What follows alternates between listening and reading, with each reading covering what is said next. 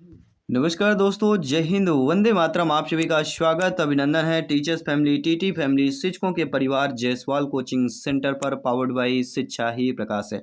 आज सभी का लाइव क्लास में आपका अभिनंदन स्वागत है। संभावित 30 प्रश्न रहेंगे। भाग आप पार्ट फर्स्ट का रहेगा, जिसमें आपके समान हिंदी, अंग्रेजी, रीजनिंग और पेडागोजी के प्रश्न रहेंगे आपके न्यू सिलेबस के अकॉर्डिंग। और ये प्रैक्टिस सेट नंबर 9 है। इसके पहले 8 जो है प्रैक्टिस सेट कंप्लीट कर चुके हैं, जिसका आई बटन पे ऑलरेडी प्लेलिस्ट मिल जाएगा इस लाइव क्लास के बाद, या डायरेक्ट आप यूट्यूब चैनल पे जब विजिट करते हैं तो आपको वीडियोज, ठीक है, एक प्लेलिस्ट का ऑप्शन मिलता है कम्युनिटी के बगल में। तो प्लेलिस्ट ऑप्शन में जाएंगे तो आप लोग MP टेट वर्ग 2 पार्ट फर्स्ट लिखा होगा, तो वहाँ पे आप लोग विजिट कर सकते हैं। तो चलिए देर न करते पहले हम नॉर्मल जो है हिंदी के प्रश्न करेंगे। 7-8 क्वेश्चन हिंदी के करेंगे, इंग्लिश के करेंगे, फिर रीजनिंग करेंगे, अंत में पेडागोजी के प्रश्न करेंगे। वर्तनी के अनुसार शुद्ध रूप का चयन कीजिए। ईर्ष्या का शुद्ध रूप। ईर्ष्या का शुद्ध रूप। 4 ऑप्शंस दिए गए। तो ईर्ष्या का शुद्ध रूप क्या होगा, सभी लोग बताइए। 4 ऑप्शनों में से कौन सा ऑप्शन सही हो जाएगा? तो ईर्ष्या का जो शुद्ध रूप होता है वह आपका कौन सा होगा? तो पहला option is the right answer. ईर्ष्या आधा खटकोण वाला सा रहेगा, बड़ा या रहेगा, ठीक है। इसके बाद अगला प्रश्न,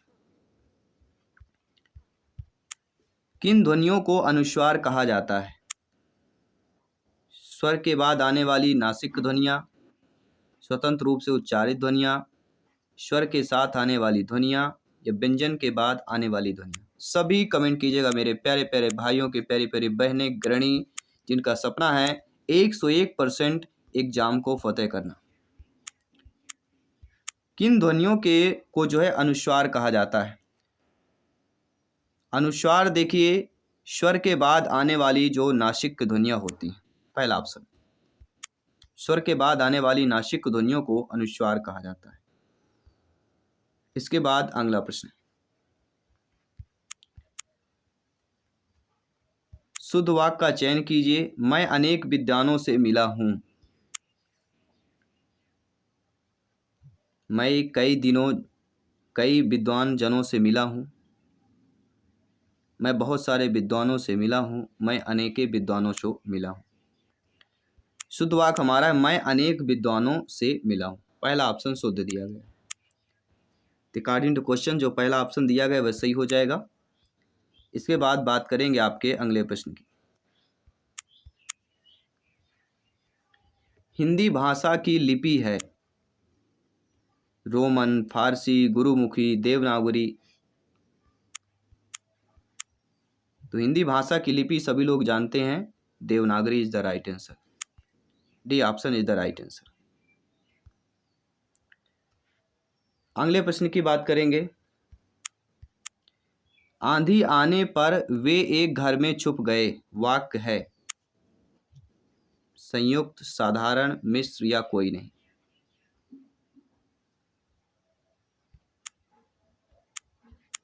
आंधी आने पर वे एक घर में छुप गए,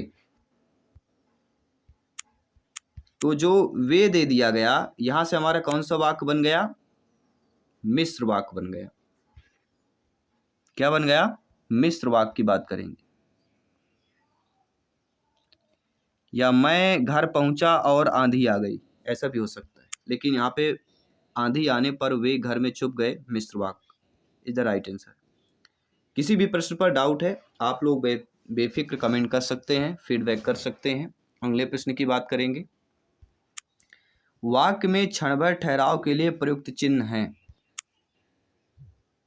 अल्प विराम, अर्ध विराम, अपूर्ण विराम, या इनमें से कोई नहीं। जी हाँ, वाक्य में ठहराव के लिए प्रयुक्त चिन्ह हैं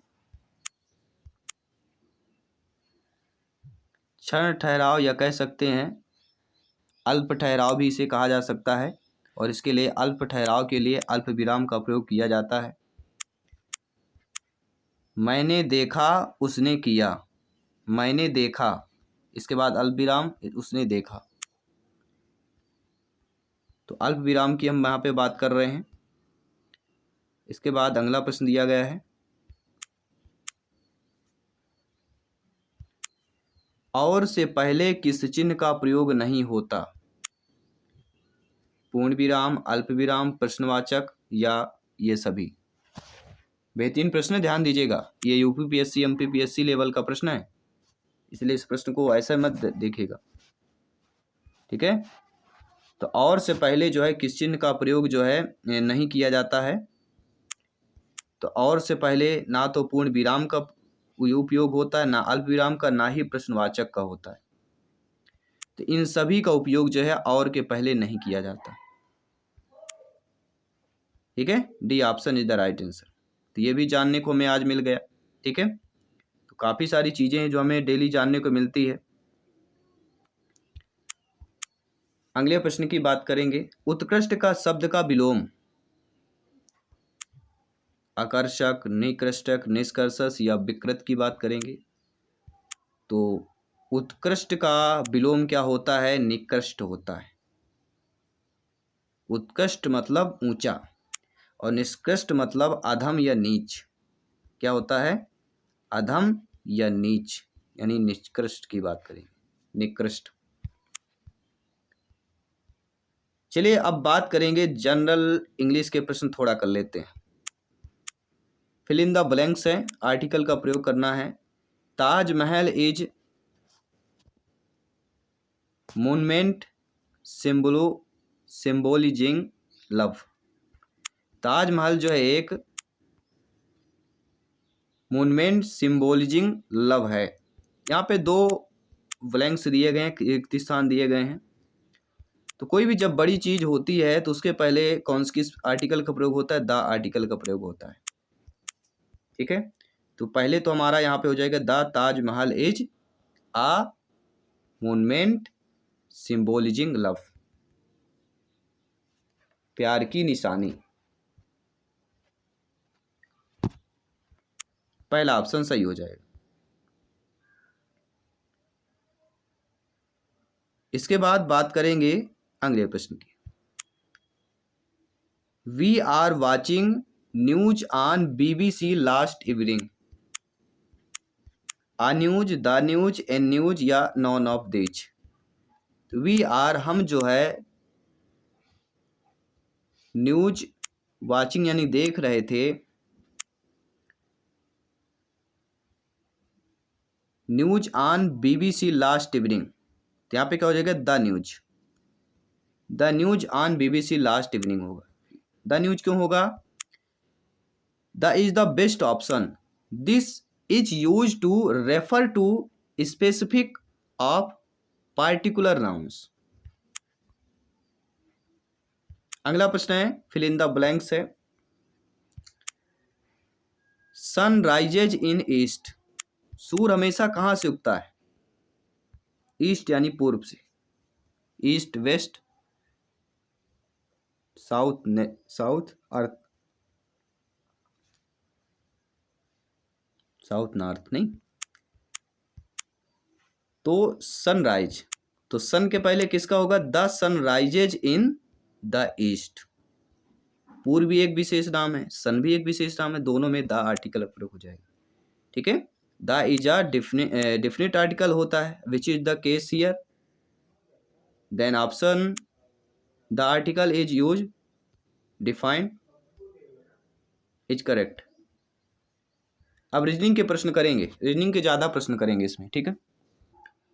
जो 30 नंबर का आएगा कोई फिक्स नहीं है कि आपको हिंदी के साथ आर्ट्स मिक्स आएगा। देखिए कहीं इंग्लिश का आएगा, कहीं हिंदी का आएगा, कहीं पेडागोजी का आ जाएगा। पहले पार्ट में मिक्स क्वेश्चन आएंगे, आपको सीरियल वाइज नहीं मिलने वाला है, ध्यान दीजिएगा।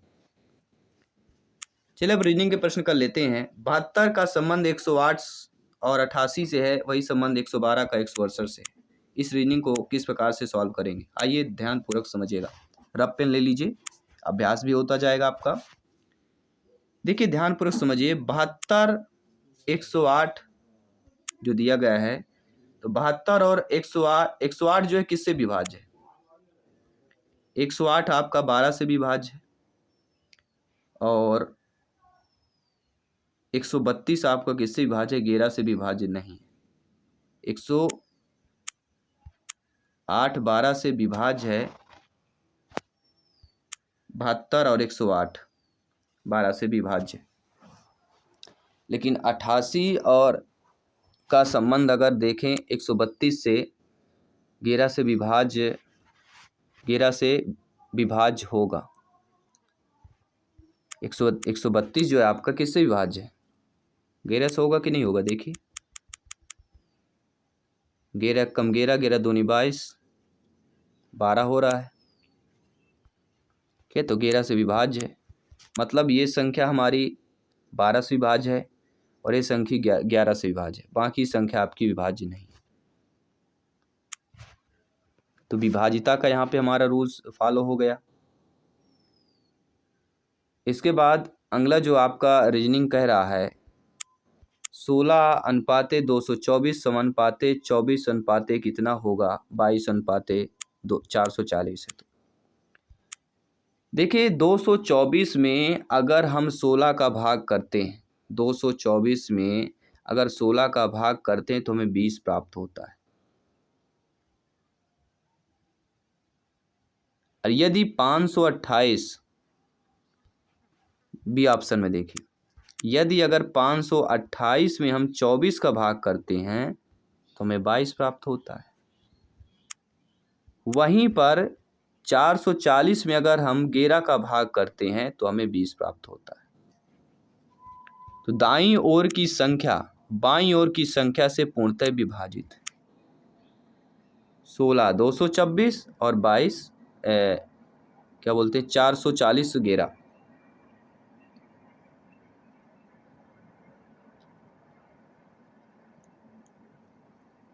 तो कौन सा ऑप्शन आपका सही हो जाएगा? सभी लोग बताइए।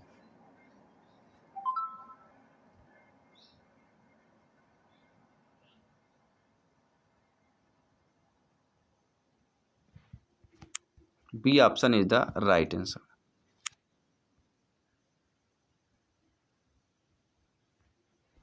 भाई देखिए 224 का 16 से डिवाइड करेंगे तो 24 का किससे डिवाइड करेंगे? 24 का 528 से डिवाइड करेंगे तो आपका पूरा पूरा भाग चला जाता है, 22 आता है। यानी कि 24 से 2 कम है। उसी प्रकार अगर हम 224 में 16 से डिवाइड करते तो कितना आता है? 14 आता है, जो कि 2 कम है 16 से। तो ठीक है, ये हमें थोड़ी चीज़ें चेक करना पड़ता है। अगला देखिएगा KONQ QS के बीच के संबंध वाला विकल्प कौन सा होगा? KONQ और QS देखिए, K में जब हम +4 करते हैं तब हमारी संख्या O आती है। वही जब हम N में +3 करते हैं तब हमारी संख्या Q आती है। और Q में +2 करते हैं तब हमारी संख्या S आती है। उसी प्रकार G में जब हम +11 करेंगे तो हमारा R आएगा, और J में जब हम +10 करेंगे तो हमारी T आएगी, और जब M में +9 करेंगे तो भी आएगा, तो RT भी।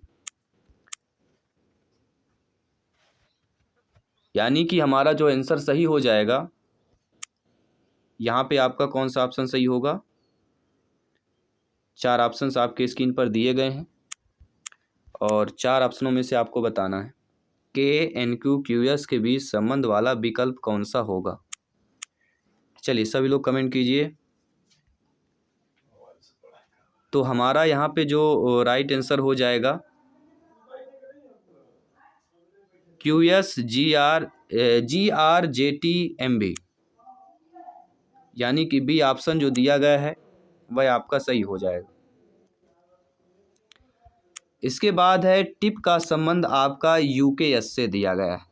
ठीक है, टिप का संबंध जो आपका UKS से दिया गया है वह बताना।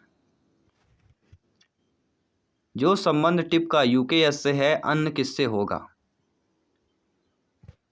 तो T का संबंध जो U से बता रहा है वह हमारा +1 होता है। I का संबंध K से +2 होता है। P का संबंध S +3 से होता है, यानी +1 +2 +3।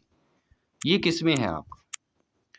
तो ODT, O का O के बाद P, D E F, T UVW। तो हमारा जो C है वह रूल फॉलो कर रहा है कि O का संबंध +1, D का F में +2, T का +3। +1 +2 ऐसे संख्या बढ़ती जाएगी, उसका कनेक्टिविटी बढ़ती जाएगी, उसका कनेक्टिविटी सही हो जाएगी। अगला, जो संबंध 12 का 1560 से है वह 16 का किससे होगा जो 9 के 900 है। 16 का संबंध निकालना। तो 12 गुणे 13 गुणे 10 बराबर होता है 1560 एंड 16 गुणे 17 गुणे 10 बराबर होता है 2720 और 9 गुणे 10 गुणे 10 बराबर होता है 900। तो 16, 17, 10, 2720 ये उस संख्या और उसकी अगली संख्या में 10 का गुणा कीजिए। 12 है, इसकी अगली संख्या 13 है, इसमें 10 का गुणा कर दीजिए, 1560 आएगा। ये 16 दी गई है, इसकी अगली संख्या 17 है, 16 गुणे 17 कर दीजिए, गुणे 10 कर दीजिए, आपकी वैल्यू आएगी 2720। ये संख्या 9 दी गई है, अगली संख्या 10 है, फिर एक 10 का गुणा कर दीजिए, आपकी वैल्यू आ जाएगी 900। तो हमारा जो रूल्स है वह हमारा रूल्स के अकॉर्डिंग डी ऑप्शन सही हो जाएगा। अगला प्रश्न देखिएगा। 92 का संबंध 644 है तो 75 का किससे होगा जो संबंध 83 से 415 का है। देखिए 644 बटे 92 करते हैं तो हमारी वैल्यू 7 आती है, ठीक है। और 150 बटे 75 करते हैं तो हमारी वैल्यू 2 आती है। वहीं पर जब हम 415 बटे 92 करते हैं, सॉरी 83 करते हैं, 83 है ना, 83 करते हैं तो 5 आता है। तो समस्त संख्याएं हमारी विभाजित है, तो यहाँ पे हमारा कौन सा हो जाएगा, 150 इज द राइट आंसर। इसके बाद अगला प्रश्न देखिए। सेड का संबंध डैश एंड डाइस के समान तर्क अनुकरण में कौन सा उत्तर विकल्प कर रहा है। थोड़ा डिफिकल्ट है, ध्यान दीजिएगा। SAID 1 2 3 4 डालिए, 4 2 3 1 डालिए और 4 3 2 1 डालिए, ये फॉलो कर रहा है रूल। तो यहाँ पे हमारा डी ऑप्शन SLOW, SLOW में 1 2 3 4 डालिए और ये रूल 4 2 3 1 एंड 4 3 2 1 रूल फॉलो हो रहा है। Slow WLOS WOLS। तो स्लो का जो विपरीत आपका लास्ट में दिया रहेगा SLOW, ये हमारा संबंध बता देता है। जैसे SAID का विपरीत दिया गया है DIAS, ठीक है। इन चीज़ों को फॉलो कर लेना। अगला प्रश्न कह रहा है LKIMON के समान तर्क कौन सा अनुकरण विकल्प कर रहा है। देखिए दोस्तों, LK दिया गया है, L और I का संबंध +3 है, LKI। K का संबंध M में +2 है, KLM, ठीक है। उसी प्रकार आपका I और ON में जो I का संबंध O से है +6 से है, M का संबंध N से +1 का है, यानी +3 +2 हुआ, इसके बाद +6 और +1 हुआ।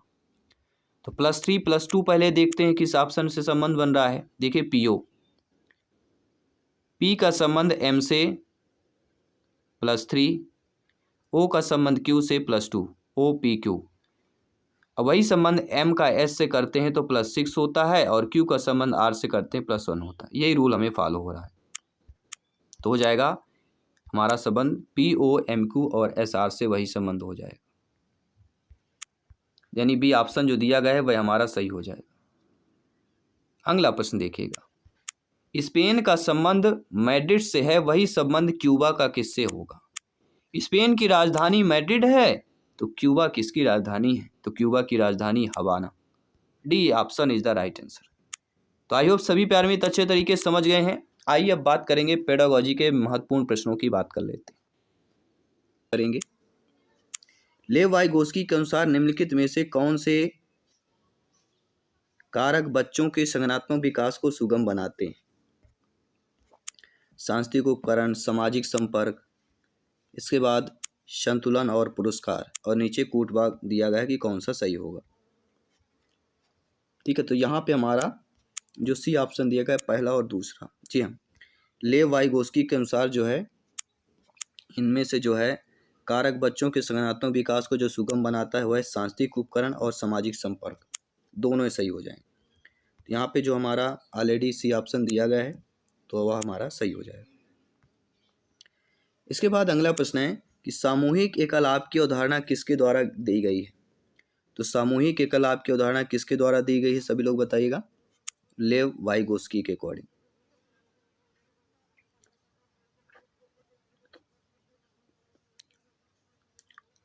ये जीन पियाजे जी के द्वारा दी गई, सभी लोग बताइए।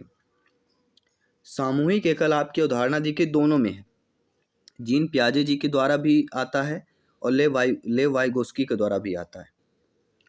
तो दोनों में कन्फ्यूजन है मेरे हिसाब से। इस प्रश्न पर लेव वाइगोस्की होगा या जीन पियाजे जी होगा, तो इस पर डाउट है। इस प्रश्न पर सभी लोग नीचे कमेंट करके बताइए, डाउट क्लियर करके कमेंट कर दिया जाएगा। तो सभी लाइव क्लास से जुड़े हैं जरूर कमेंट कीजिए कि सामूहिक एकल लाभ की अवधारणा किसके द्वारा दी गई है, जीन पियाजे या लेव वाइगोस्की, दोनों में कन्फ्यूजन है। और ठीक है, हम तो जा रहे हैं जीन पियाजे जी की तरफ होना चाहिए, क्योंकि ये CTET में भी आया हुआ प्रश्न है, इसलिए इम्पोर्टेंट है। तो सभी लोग फीडबैक कीजिएगा कौन सा होगा। सामूहिक एकल लाभ की बात करते हैं तो अगला, निम्नलिखित में से कौन सा विकास सिद्धांत इस बात का समर्थन करता है कि बच्चे में संज्ञानात्मक विकास सांकेतिक भाषा विकास का पूर्वगामी है। पियाजे जी का संज्ञानात्मक विकास सिद्धांत, वाइगोस्की का सामाजिक सांस्कृतिक सिद्धांत, या एरिक्सन का मनोवैज्ञानिक सामाजिक सिद्धांत, या बंडूरा का सामाजिक अधिगम सिद्धांत। तो कौन सा विकास सिद्धांत इस बात का समर्थन करता है कि बच्चे में संज्ञानात्मक विकास सांकेतिक भाषा विकास का पूर्वगामी है। और वह दोस्तों पियाजे जी का संज्ञानात्मक विकास का सिद्धांत, पहला ऑप्शन सही कर लीजिएगा। इसके बाद अगला प्रश्न है, निम्न में से किसने सामान्य बुद्धि के विचार को नकारा और बुद्धि को अनेक विशिष्ट संसाधन संक्रियाओं के पदों के रूप में परिभाषित किया। Charles Spearman, Alfred Binet, Theodore Simon, या हार्वर्ड गार्नर। तो किसने जो है समान बुद्धि के विचार को नकारा और बुद्धि को अनेक विशिष्ट संसाधन संक्रियाओं के पदों के रूप में परिभाषित किया है, और वह आपके हार्वर्ड गार्नर है।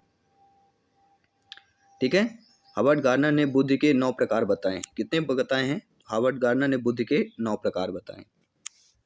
दिव्यांग विद्यार्थियों के समावेशन के लिए क्या जरूरी होता है?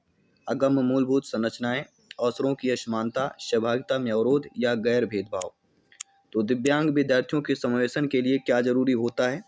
इसके लिए जरूरी होता है गैर भेदभाव। देखिए, गैर भेदभाव दिव्यांग विद्यार्थियों के साथ समान विद्यार्थियों की तरह ही व्यवहार करना चाहिए। एक समावेशी कक्षा में सभी विद्यार्थियों का समान रूप से समावेशन होना चाहिए। इसके बाद अगला प्रश्न है कि सीखना प्रभावी और प्रासंगिक हो जाता है तब। तो सीखना प्रभावी और प्रासंगिक कब हो जाता है? जब जो है नई विषय वस्तु पिछले ज्ञान से संबंधित ना किया जाए, विद्यार्थियों द्वारा निष्क्रिय नकल कई बार दोहराई जाए, या विद्यार्थी का निर्माण प्रक्रिया में सक्रिय रूप से शामिल होते हैं, या विद्यार्थियों की प्रतिक्रियाएं कुछ उत्तेजनाओं का उपयोग करके अनुमानित की जाती हैं। तो सीखना जो है प्रभावी और प्रासंगिक हो जाता है तब जो है विद्यार्थियों का अर्थ निर्माण की प्रक्रिया में सक्रिय रूप से जो है शामिल होते हैं। तो सी ऑप्शन यहाँ पे सही हो जाएगा। इसके बाद जो अगला प्रश्न है कि ध्वनि, लय और शब्दों के अर्थ के प्रति सचेतना किस बुद्धि के मूल कहला जाते हैं? अंतर्व्यक्तित्व, अंतःव्यक्तित्व, भाषिक, या स्थानिक। तो ध्वनि, लय और शब्दों के अर्थ के प्रति सचेतना जिस बुद्धि के जो मूल हमारे कहला जाते हैं वह भाषिक। जी हाँ दोस्तों, ध्वनि, लय, शब्दों के अर्थ के प्रति सचेतना भाषिक बुद्धि के अंतर्गत आती है, और यह हार्वर्ड गार्नर की 8 बुद्धियों में से आपका एक बुद्धि है। पाठ योजना के अनुसार पढ़ाते समय आमतौर पर अध्यापक किसे महत्व देते हैं? पूर्ववर्ती ज्ञान की जांच को, प्रेरणात्मक प्रश्न, प्रस्तुतिकरण, या ब्लैक बोर्ड के लेखन को। तो पाठ योजना के अनुसार पढ़ाते समय आमतौर पर अध्यापक जो है किसे महत्व देते हैं?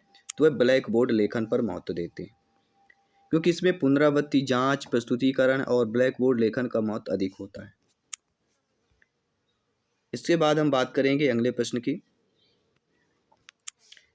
निम्नलिखित में से कौन सी समस्या समाधान की वैज्ञानिक पद्धति का पहला चरण है? प्रकल्पना का निर्माण करना, प्रकल्पना का परीक्षण करना, समस्या के प्रति जागरूकता या प्रासंगिक जानकारी को एकत्र करना। तो कौन सी समस्या समाधान की वैज्ञानिक पद्धति का पहला चरण है? और वह हमारा हो जाता है समस्या के प्रति जागरूकता।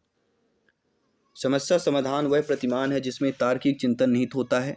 समस्या समाधान की वैज्ञानिक पद्धति में मुख्यतः 6 चरणों का अनुसरण किया जाता है और प्रथम चरण होता है समस्या के प्रति जागरूकता, समस्या को समझना होता है।